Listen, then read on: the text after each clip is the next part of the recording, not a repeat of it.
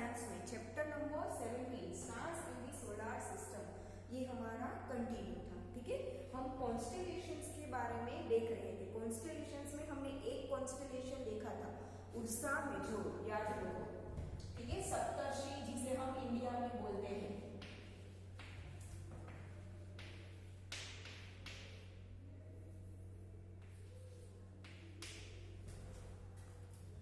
ठीक है, एक कॉन्स्टेलेशन उर्सा मेजोर के बारे में हमने देखा था जिसे हम इंडिया में क्या बोलते हैं, सप्तर्षि बोलते हैं। ठीक है, इसके बारे में हम देखा था। अब दूसरे कॉन्स्टेलेशंस के बारे में देखते हैं।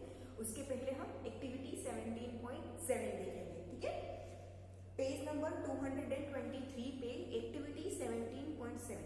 This activity should be performed on a clear moonless night during summer at about 9 PM। 9 PM के आसपास एक क्लियर मूनलेस नाइट, मतलब कि न्यू मून डे, जिस दिन अमावस्या होती है न्यू मून डे, उस दिन 9 PM के आसपास समर में ये एक्टिविटी परफॉर्म होनी है। Look towards the northern part of the sky and identify Ursa majeure. आप स्काई में नॉर्थ की साइड देखोगे ना, तो वहां पे आपको उर्सा मेजोर दिखेगा। You may get help from elders in your family. अगर आपको दिखाई ना दे कि उर्सा मेजोर कहाँ है, तो आपकी फैमिली के एल्डर्स से आप हेल्प ले सकते हो। Look at the 2 stars at the end of Ursa majeure.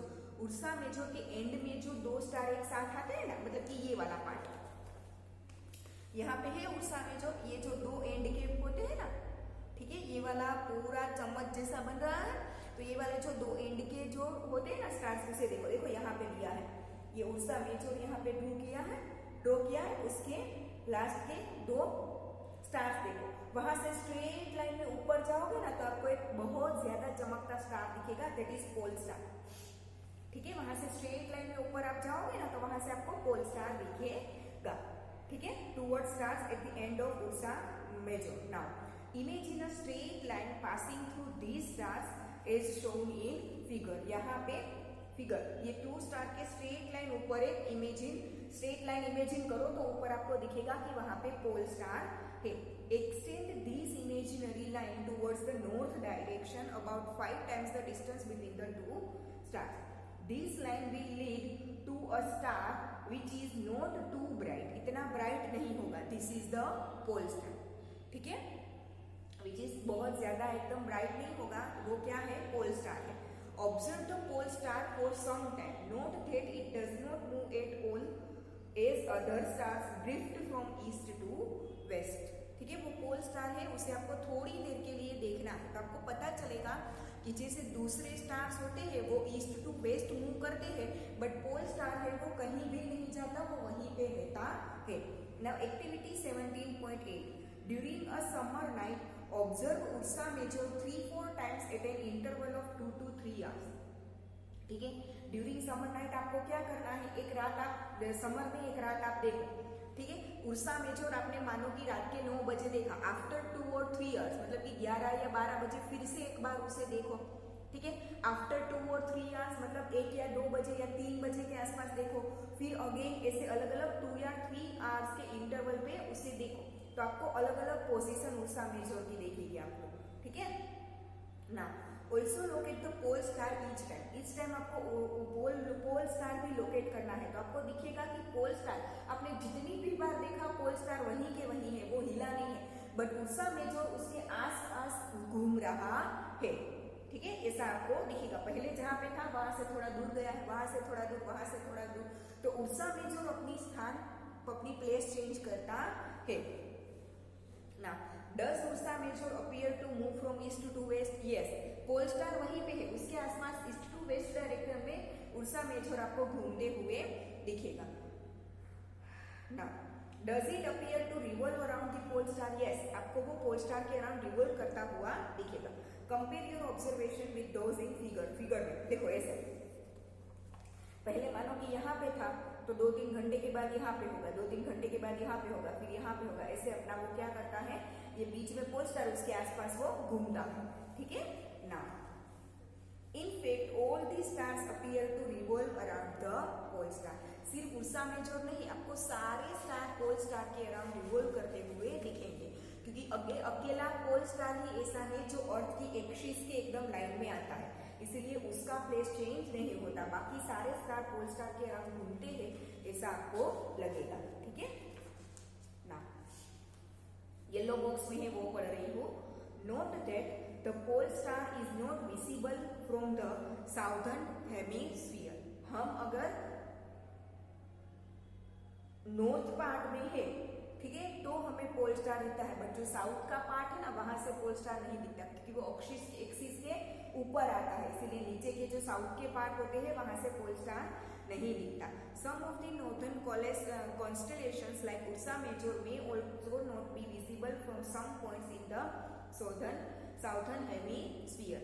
जैसे पोल स्टार नहीं दिखता, वैसे बहुत सारे ऐसे कॉन्स्टेलेशंस है, जैसे कि उर्सा मेजर, वो पोल स्टार के आजू बाजू है, तो साउथर्न एरिया में से ये भी नहीं दिखते ना। अनदर, हमने एक कॉन्स्टेलेशन देखा उर्सा मेजर, अब हम देखेंगे ओरियन।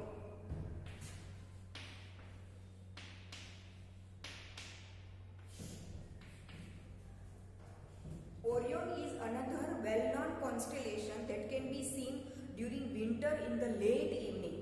विंटर की सीजन में लेट इवनिंग मतलब 8 बजे के आसपास आपको ये ओरियन कॉन्स्टेलेशन दिखेगा विंटर सीजन में। ठीक है ना, it is one of the most magnificent constellation in the sky. Most magnificent मतलब कि बहुत अच्छे से दिखाई देता हो वैसा। ठीक है, इट ऑल्सो हैज 7 और 8 ब्राइट स्टार्स, उसमें भी 7 या तो 8 ब्राइट स्टार्स है। Orion is also 7.11 B, figure 7.11 का बी, ये देखो यहाँ पे आपको दिया है, ये शेप क्या है ओरियन का। ठीक है ना, Orion is also called the Hunter. Orion को क्या बोला जाता है, हंटर भी बोला जाता है। The 3 middle stars represent the belt of the Hunter. ये नीचे दिया ये वाला, ये ओरियन है जिसे हंटर भी बोला जाता है। तो ये मिडल में जो 3 स्टार्स है ना, उसे हंटर का बेल्ट माना जाता है। ठीक है ना, the 4 bright stars appear to be arranged in the form of a quadrilateral. नीचे यहाँ पे आपको जो 1 2 3 नीचे ये जो फॉर्म क्वाड्रिलेटरल के फॉर्म में 4 स्टार यहाँ पे बनते हैं। ठीक है ना, the star Sirius which is the brightest star in the sky is located close to Orion. Sky में सबसे ज्यादा ब्राइट स्टार कौन सा है, सीरियस, वो ओरियन के नजीक में ही होता है, हंटर के नजदीक में ही होता है। देखो यहाँ पे दिया है। ठीक है, जो बेल्ट माना जाता है बीच के 3 स्टार्स, बीच के जो 3 स्टार्स जो हंटर का बेल्ट माना जाता है, उसे स्ट्रेट लाइन में थोड़ा आगे देखेंगे तो हमें सबसे ज्यादा ब्राइट स्टार दिखेगा, दैट इज सीरियस। ठीक है ना, the star Sirius which is the brightest star in the sky is located close to Orion. To locate Sirius, imagine a straight line passing through the 3 middle stars of Orion. क्या बोला मैंने, Orion के जो 3 middle star है उसमें से एक straight line जाती हुई इमेजिन करो, तो स्ट्रेट लाइन में थोड़ा दूर आपको सीरियस दिखेगा। ठीक है ना, look along this line towards the east. This line will lead you to a very bright star. It is Sirius. ठीक है ना, उसके बाद का कॉन्स्टेलेशन है कैसियोपिया।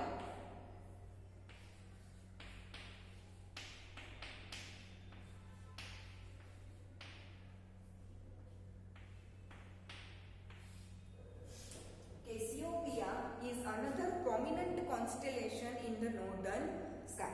ठीक है, वो भी नॉर्थ के साइड के स्काई में दिखता है। It is visible during winter in the early part of the night. ठीक है, early part of the night मतलब कि 9 या 10 बजे के आसपास विंटर सीजन में वो दिखता है। It looks like a distorted letter W और M। डिस्टोर्टेड मतलब कि हम ऐसे लिखते हैं ना, ये W या तो हम M ऐसे लिखते हैं। डिस्टोर्टेड मतलब कि A से W बना हो एकदम छोड़ा छोड़ा, या तो M ऐसा लगता है। ठीक है, वो यहाँ पे आपको दिया है 7.11 का C, यहाँ पे देखो 7.11 का C।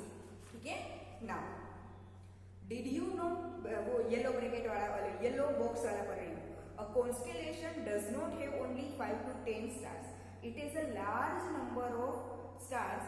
However, we can see only the bright stars in a constellation with our naked eye. Constellation है वो सिर्फ 5 या 10 तारों से नहीं बनता, उसमें बहुत सारे स्टार्स होते हैं, बट हमें सिर्फ उसमें से जो सबसे ज्यादा ब्राइट स्टार होते हैं ना वो दिखाई देते हैं, जो एकदम डिम डिम जो थोड़े थोड़े होते हैं ना वो हमें दिखाई नहीं देता, ठीक है ना। However, we can see only the bright stars in a constellation with our naked eye. All the stars which make up a constellation are not at the same distance. ठीक है, जो कॉन्स्टेलेशन बनाते हैं वो सारे तारे एक दूसरे से सेम डिस्टेंस पे हो ऐसा जरूरी नहीं है। कॉन्स्टेलेशन बनाते हो फिर भी एक तारा यहीं पे है तो दूसरा उससे ज्यादा दूर होगा, तीसरा थोड़ा नजदीक हो भी सकता है। तो कॉन्स्टेलेशन बनाते हुए जो ग्रुप होता है जो स्टार का वो सारे एक जैसे डिस्टेंस पे हो ऐसा जरूरी नहीं है, ठीक है। They are just in the same line of sight in the sky, वो सिर्फ हमें एक सिर्फ लाइन बनाते हुए दिखते हैं, डिस्टेंस सेम हो ऐसा जरूरी नहीं है। देखो यहाँ पे ये ओरियन या तो हंटर, ठीक है, ये बेल्ट माना जाता है, आपको दिख रहा होगा कि बहुत छोटे छोटे तारे बनाए हैं, हंटर जैसा शेप जैसे हाथ में लेके खड़ा हो वैसा है, दिख रहा है आपको, ठीक है। तो हमें सिर्फ ये ब्राइट स्टार है वो दिखते हैं, आगे पीछे के जो छोटे छोटे हैं वो तो हमें नेकेड आई से दिखते भी नहीं है, ठीक है, बड़े बड़े इंस्ट्रूमेंट से ये दिखते हैं, ठीक है ना। ये हो गया about constellations. Now we will study about the solar system.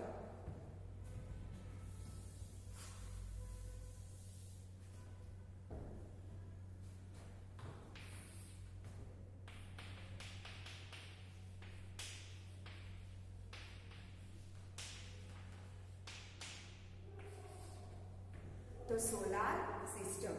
The sun and the celestial bodies which revolve around it from the solar system. sun और उसके आसपास celestial bodies हमने क्या बोला था, हमें स्काई पे जो भी प्लैनेट्स या तो मून या तो स्टार्स जो सन वगैरह जो दिखते हैं ना उन सबको हम क्या बोलते हैं, celestial objects या तो celestial bodies बोलते हैं। तो सन और उसके आसपास जो कैलेस्ट्रियल बॉडीज रिवॉल्व करती है वो क्या बनाते हैं, सोलर सिस्टम, ठीक है। जैसे सन के आसपास अर्थ रिवॉल्व करती है ना वैसे बहुत सारे ऐसे कैलेस्ट्रियल ऑब्जेक्ट्स अर्थ की तरह उसके आसपास रिवॉल्व करते हैं, सन के आसपास जैसे अर्थ करती है वैसे ही दूसरे बहुत से सारे कैलेस्ट्रियल ऑब्जेक्ट्स है जो अर्थ की तरह ही सन के आसपास क्या करते हैं, रिवॉल्व करते हैं, ठीक है। तो ये सारे कैलेस्ट्रियल ऑब्जेक्ट्स और सन सब मिला के क्या बनता है, सोलर सिस्टम बनता है, ठीक है ना। It consist of large number of bodies such as planets, comets, asteroids and meteors, ठीक है, जिसमें सिर्फ प्लैनेट्स या तो मून नहीं है, बहुत सारी चीजें हैं, प्लैनेट्स होते हैं, कॉमेट्स होते हैं, एस्ट्रॉइड्स होते हैं, मीटियोर्स होते हैं, ये सब कुछ क्या है इसी चैप्टर में आगे हम पढ़ेंगे, ठीक है। अभी आप सिर्फ नाम देखो, इसी चैप्टर में आगे आगे हम जाते जाएंगे तो ये सारी चीजें क्या है वो हम समझेंगे, ठीक है ना। The gravitational attraction between the sun and these objects keeps them revolving around it. हमें पता है कि अर्थ पे हम रहते हैं, क्यों हम नीचे क्यों नहीं गिर जाते, अर्थ से हम हवा में उड़ने क्यों नहीं लगते, क्योंकि अर्थ है वो अपने ग्रेविटेशनल फोर्स से हमें खींच के रखती है। वैसे ही सन का भी अपना कुछ ग्रेविटेशनल फोर्स होगा, उस ग्रेविटेशनल फोर्स की वजह से ये सारे जो कैलेस्ट्रियल ऑब्जेक्ट्स है वो सन के आसपास रिवॉल्व करते हैं। सन अपना ग्रेविटेशनल फोर्स उन ऑब्जेक्ट पे लगाता है जिसकी वजह से वो ऑब्जेक्ट सन के आसपास रिवॉल्व करते हैं, ठीक है ना। The earth as you know also revolves around the sun, earth also sun के अराउंड रिवॉल्व करती है, ठीक है। It is a member of the solar system, इसलिए अर्थ भी सोलर सिस्टम का क्या है, एक मेंबर है, ठीक है ना। इट इज अ प्लैनेट, अर्थ क्या है, प्लैनेट है। There are 7 other planets that revolve around the sun. जैसे अर्थ एक प्लैनेट है और वो सन के अराउंड रिवॉल्व करता है, वैसे 7 और अदर प्लैनेट्स है वो भी सन के आसपास क्या करते हैं, रिवॉल्व करते हैं, अर्थ की ही तरह। अर्थ एक प्लैनेट है, वैसे 7 और प्लैनेट्स है जो सन के आसपास रिवॉल्व करते हैं। The 8 planets in their order of distance from the sun are mercury, Venus, earth, Mars, Jupiter, Saturn, Uranus and Neptune, ठीक है। तो देखो एक प्लैनेट अर्थ और दूसरे 7 मतलब टोटल 8 प्लैनेट्स हुए, ठीक है। वो 8 प्लैनेट्स सन के उसके डिस्टेंस के हिसाब से हमें दिया गया है, मतलब कि सन के सबसे नजदीक का प्लैनेट कौन है, मर्क्यूरी, मर्क्यूरी के बाद कौन आता है, वीनस, वीनस के बाद तीसरा कौन आता है, अर्थ, अर्थ के बाद 4th नंबर पे कौन आता है, मार्स, मार्स के बाद 5th नंबर पे कौन आता है? जुपिटर। जुपिटर के बाद 6th नंबर पे सैटर्न। सैटर्न के बाद 7 नंबर पे यूरेनस और यूरेनस के बाद 8 नंबर पे नेपच्यून। ठीक है, ये सन से उसके डिस्टेंस के हिसाब से अरेंज किए। सन से सबसे नजदीक का मर्क्यूरी, मर्क्यूरी के बाद आता है वीनस, वीनस के बाद अर्थ, अर्थ के बाद मार्स, मार्स के बाद जुपिटर, जुपिटर के बाद सैटर्न और उसके बाद यूरेनस और उसके बाद नेपच्यून। मतलब कि सन से नेपच्यून सबसे ज्यादा दूर है। ठीक है ना। Figure shows a schematic view of the solar system. देखो यहाँ पे हमें सोलर सिस्टम का एक बनाया हुआ व्यू दिख रहा है। बीच में जो ऑरेंज है वो क्या है? सन है। सन के आसपास पहला राउंड बनाया है, उसमें क्या होगा? मर्क्यूरी। पहले राउंड में देखो छोटा सा बनाया है मर्क्यूरी, दूसरे राउंड में है वीनस है, तीसरे राउंड में है अर्थ, चौथे राउंड में है मार्स, मार्स के बाद 5वें राउंड में है जुपिटर, 6th में है सैटर्न, 7th में है यूरेनस और 8th में है नेपच्यून। ठीक है, तो सन से सबसे नजदीक का मर्क्यूरी, फिर वीनस, फिर अर्थ, ठीक है, फिर मार्स, फिर सैटर्न, फिर यूरेनस, फिर नेपच्यून। ठीक है, ऐसे 8 प्लैनेट्स है जो सन के अराउंड रिवॉल्व करते हैं। ठीक है ना। येलो बॉक्स में है वो पढ़ रही हूँ। Did you know till 2006 there were 9 planets in the solar system. Pluto was the farthest planet from the sun. In 2006 the International Astronomical Union IAU adopted a new definition of a planet. Pluto does not fit this definition. It is no longer a planet of the solar system. Year 2006 से पहले 8 की जगह पे 9 planets थे। Solar system में कितने planets थे?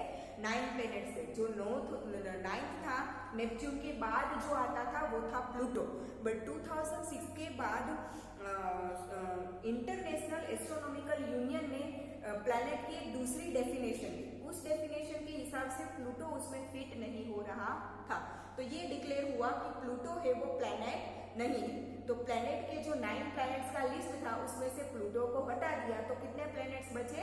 8 planets. ठीक है, तो 2006 तक जब हम लोग पढ़े थे ये वाला चैप्टर, तब हमें पढ़ने में प्लूटो आता था। हमने ऐसा पढ़ा था कि 9 प्लैनेट्स है, बट उसके बाद नई डिस्कवरी हुई और ये समझ में आया कि प्लूटो है वो प्लैनेट नहीं है। तो अब कितने प्लैनेट्स है? 8 प्लैनेट्स है। ठीक है ना। Let us know about some members of the solar family. तो ये जो अलग अलग प्लैनेट्स हैं, फिर एस्ट्रॉइड्स है, मीटियोर्स है, कॉमेट्स क्या है, वो सब अब हम लाइन में देखेंगे। सबसे पहले तो कोई भी फैमिली हो उसमें सबसे पहला जो हेड होता है, जैसे कि हमारी फैमिली में हमारे फादर होते हैं ना, तो सबसे पहले उनका नाम आता है ना। जब भी कोई फैमिली को डिस्क्राइब करता है तो क्या करता है? पहले बोलते हैं कि भाई ये भाई की ये फैमिली है, ये उसकी वाइफ है, ये उसकी बेटी है, ये उसका बेटा है। ठीक है, तो हमारी फैमिली हमारे पापा के नाम से जानी जाती है ना, तो ऑब्वियसली कोई भी फैमिली होगा तो उसमें सबसे पहले हेड आएगा ना। तो वैसे ही ये सोलर सिस्टम एक फैमिली है, उसमें सबसे हेड कौन है? सन। तो सबसे पहले हम देखेंगे सन। तो सोलर सिस्टम में सबसे पहला आएगा the sun. Now the sun is the nearest star from अस।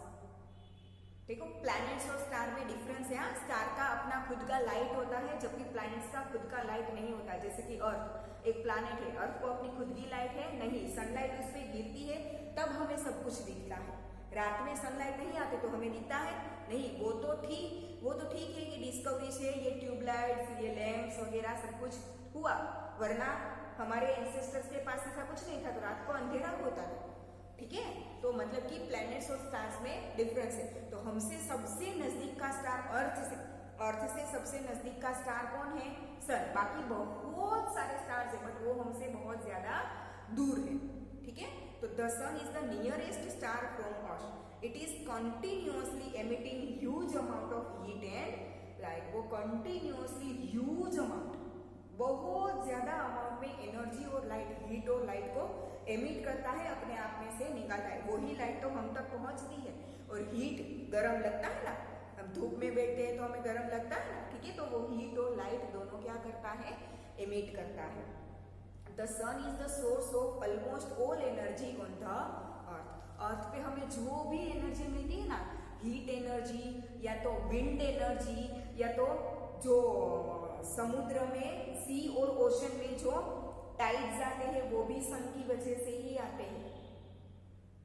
ठीक है, हमें पेट्रोल डीजल जो भी मिलता है वो भी सन की वजह से। तो अर्थ पर हमें जो भी एनर्जी मिलती है दैट इज बिकॉज ऑफ सन। हाँ, सन के अलग अलग रूप में मिलती है बट बिकॉज ऑफ सन। तो वो सन के अलग अलग रूप में कैसे मिलती है ना, वो हम 9th स्टैंडर्ड में डिटेल में पढ़ेंगे। अब अभी आप इतना याद रखो कि सन पर मिलने वाली most of the energy it is because of sun. Earth पे मिलने वाली most of the energy is because of sun. आप इतना याद रखो, ठीक है ना। ये कैसे सन में से कैसे ये सारी एनर्जी मिलती है वो 9th स्टैंडर्ड में डिटेल में आएगा, ठीक है ना। In fact, the sun is the main source of heat and light for all the planets. Solar system के जो 8 प्लैनेट्स है ना, वो सारे के सारे 8 प्लैनेट्स के पर एनर्जी, हीट और लाइट का मेन सोर्स कौन है? सन है। ठीक है, सिर्फ अर्थ पे नहीं, सारे 8 प्लैनेट्स पे सन ही मेन सोर्स है। ठीक है ना, तो सन, उसके बाद हम देखेंगे द प्लैनेट्स। कितने प्लैनेट्स है? 8 प्लैनेट्स है ना, एक एक करके सारे 8 प्लैनेट्स हम देखेंगे। The planets look like stars, but they do not have light of their own. आकाश में हम रात को देखें ना तो प्लैनेट्स भी हमें चमकते दिखेंगे क्योंकि उन पर सनलाइट गिर रही होती है।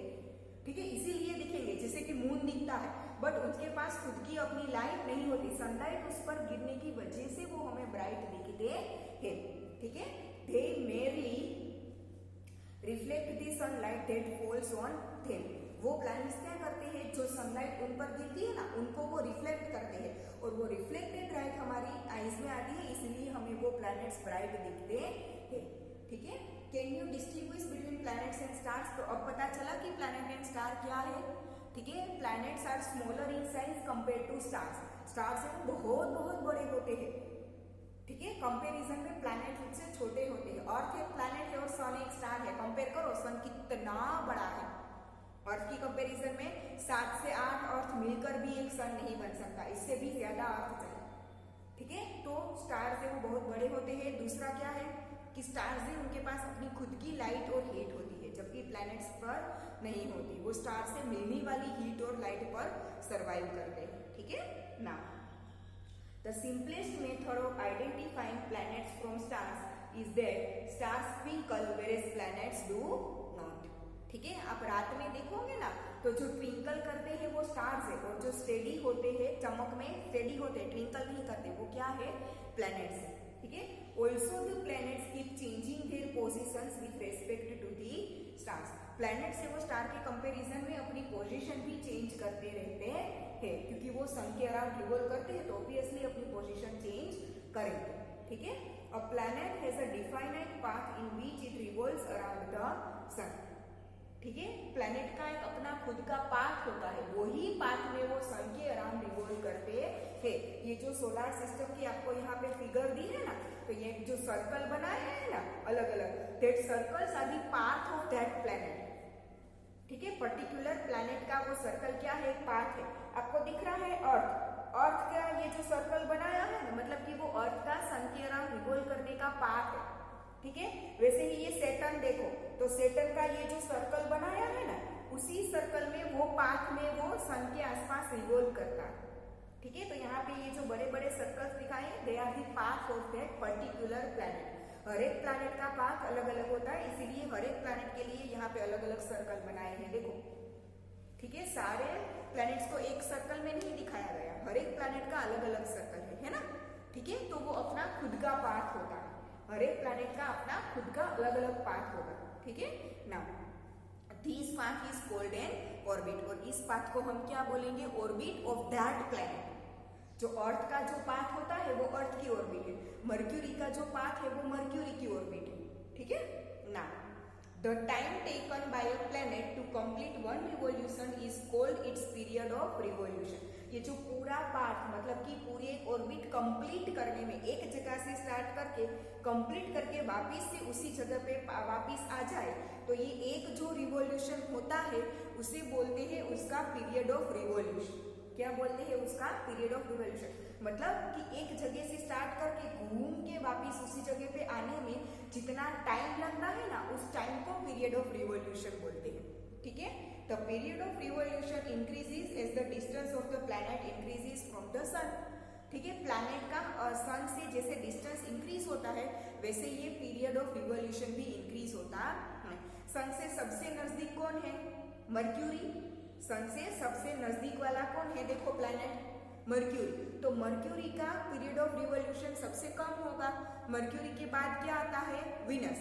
तो वीनस का मर्क्यूरी की कंपैरिजन में पीरियड ऑफ रिवॉल्यूशन थोड़ा ज्यादा होगा। अर्थ का उससे ज्यादा होगा। कितना है अर्थ का रिवॉल्यूशन? 365 डेज, 1 ईयर, जिसे हम क्या बोलते हैं? 1 ईयर। तो ये रिवॉल्यूशन अर्थ का सन के अराउंड का जो पीरियड ऑफ रिवॉल्यूशन है ना, उसी को हमने 1 ईयर नाम दिया है और वो होते हैं 365 डेज।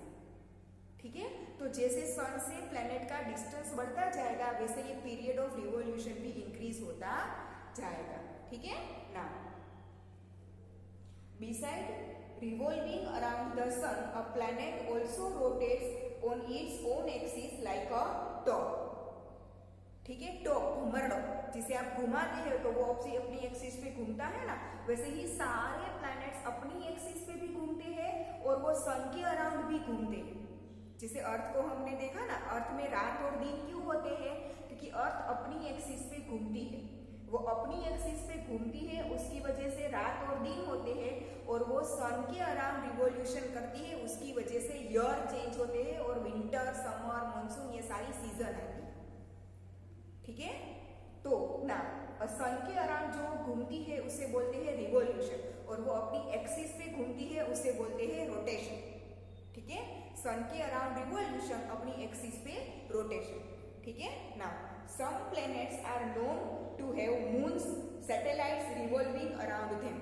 बहुत सारे प्लैनेट को देखो, जैसे प्लैनेट से वो सन के आसपास रिवॉल्व करते हैं ना, वैसे ही प्लैनेट के आसपास भी कोई चीजें रिवॉल्व करती है, जैसे उसी प्लैनेट के सैटेलाइट बोलते हैं। जैसे कि हमारा चांद है, मून, ठीक है, वो हमारी अर्थ के अराउंड रिवॉल्यूशन करता है ना।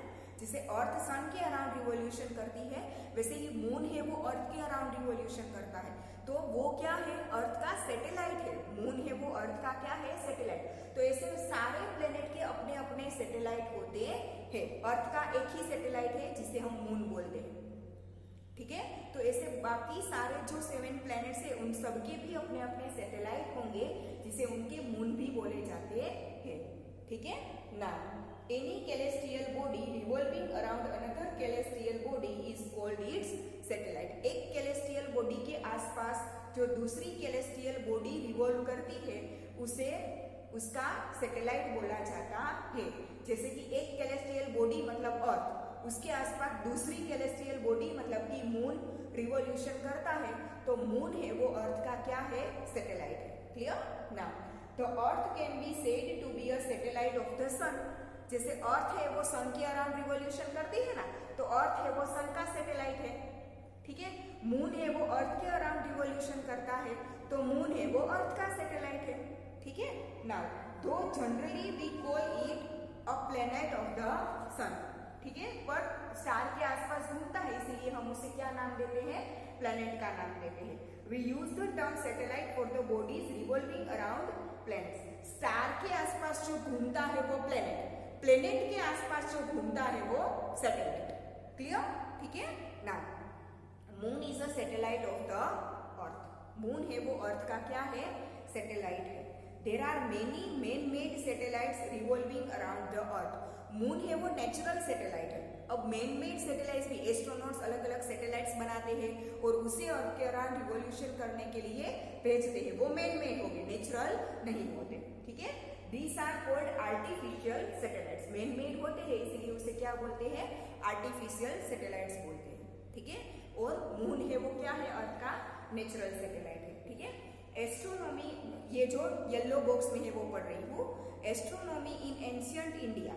The practice of astronomy in ancient India is mentioned in Rigveda which was composed about 4000 years ago। 4 वेद है ना, हमारे हिंदू धर्म के 4 वेद है, ऋग्वेद, यजुर्वेद, सामवेद एंड अथर्ववेद। ठीक है, तो उसमें से जो ऋग्वेद है ना उसमें एस्ट्रोनॉमी के बारे में लिखा गया है, जो 4000 साल पहले लिखा गया था। तो इतने सालों पहले भी हमारे इंडियन लोगों के पास एस्ट्रोनॉमी का नॉलेज था, ठीक है ना। Many Indian scholars have contributed to astronomy. One of the most well known astronomers is Aryabhatta. तब के हमारे एस्ट्रोनॉमर का नाम है आर्यभट्ट।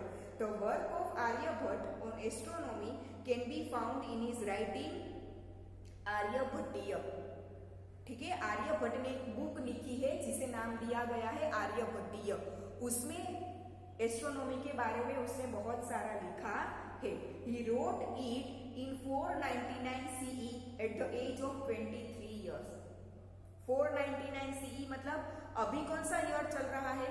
2021, ठीक है। तो जब 0 से 1 ईयर से स्टार्ट हुआ होगा ना, 1 2 3 4 5 6 ऐसे करके 100, फिर ऐसे करके 200, फिर 300, 400, फिर 1000, फिर 2000 एंड अभी आया है 2021। तो ये 2021 साल से चला आ रहा है। उसके पहले भी 499 साल पहले जब 1 ईयर का स्टार्ट हुआ, तो 1 से आगे के 499 ईयर्स मतलब कि 500 साल पहले आर्यभट्ट हो चुका है। मतलब कि अब से 2500 साल पहले, अब से 2500 साल पहले ये आर्यभट्ट हो चुका है। उसने अपनी बुक आर्यभट्टीय में एस्ट्रोनॉमी के बारे में लिखा है। तब वो कितने साल का था? ओनली 23 ईयर्स का ही था, ठीक है। The diameter of the earth as stated by Aryabhatta is close to its presently known value. तब आर्यभट्ट ने अर्थ की एक डायामीटर दिया था। हम बोलते हैं ना सर्कल का डायामीटर होता है, तो अर्थ है वो सर्कुलर शेप में है, ठीक है। तो तब उसने अर्थ का कोई डायामीटर दिया था जो अभी प्रेजेंट डायामीटर से एकदम मिलता जुलता है। तो चलो, उतने साल पहले तो टेक्नोलॉजी भी नहीं थी, फिर भी उसने लिखा था, ठीक है ना। Disregarding the popular view, the earth is Achala. Aryabhatta stated that earth is sphere and rotates on its own axis. अर्थ को उसने नाम क्या दिया था? अचला नाम दिया था। जिसे हम अभी अर्थ या पृथ्वी बोलते हैं ना, उसने उसे अचला नाम दिया था। और उसने तब बोला था कि अर्थ है वो अपनी एक्सिस पे रिवोल्यूशन करती है, रोटेशन करती है। वो अभी प्रूव हो चुका है, ठीक है। अर्थ है वो अपनी एक्सिस पे रोटेशन करती है। His estimate about the sidereal period of Earth was 23 years. 3 hours. एक दिन में कितने years होते हैं? 24 hours होते हैं। तब उसने ऐसा बोला था कि एक दिन का टाइम 23 hours and 56 मिनट होते हैं। 23 hours 56 मिनट एंड 4.1 seconds, जो अराउंड 24, क्योंकि 56 में 4 ऐड करो तो वो 24 आवर्स ही हो गए ना। तो इतने सालों पहले भी उसने बोला था कि अर्थ को अपनी एक्सिस पे एक रोटेशन खत्म करने में कितना टाइम लगता है? 24 आवर्स लगता है, जो अभी प्रूव हो चुका है, ठीक है ना। Which is very close to the presently known value. He also correctly stated that the moon and the planets shine due to reflected sunlight. जो अभी हमने देखा ना कि मून और प्लैनेट्स है, उनके पास अपनी कोई लाइट नहीं होती, वो सनलाइट उस पर गिरती है, उसके रिफ्लेक्शन से वो ब्राइट होती है। तो वो भी उसने उसमें लिखा था। He also gave a scientific explanation for solar and lunar eclipse. ठीक है, इक्लिप्स होते हैं ना, जो सोलार मतलब सन इक्लिप्स एंड लुनार मतलब मून का इक्लिप्स, ठीक है, उसके बारे में भी उसने लिखा है। When the shadow of the earth falls on the moon, it causes lunar eclipse. जब अर्थ का शेडो मून पर गिरता है तब मून का इक्लिप्स मतलब कि लुनार इक्लिप्स होता है। When the shadow of the moon falls on the earth, it causes solar eclipse. तो मून का शेडो जब अर्थ पर गिरता है तब वो सोलार इक्लिप्स मतलब कि सन का इक्लिप्स देता है, ठीक है। Aryabhata also found the distance between the earth and the moon, which is very close to the known value today. ठीक है, आर्यभट्ट ने तब अर्थ और मून के बीच का भी डिस्टेंस फाइंड किया था, जो अभी हमने डिस्टेंस फाइंड किया है उससे एकदम मिलता जुलता है। तो इतने सालों पहले भी आर्यभट्ट के पास विदाउट एनी टेक्नोलॉजी इतना नॉलेज था और इतना कैलकुलेशन उसने किया है, ठीक है। यहाँ पे आपको आर्यभट्ट का दिया है वो फिगर, ठीक है। तो आज हम यहाँ तक रखते हैं। मर्क्यूरी के बारे में हम नेक्स्ट लेक्चर में पढ़ेंगे।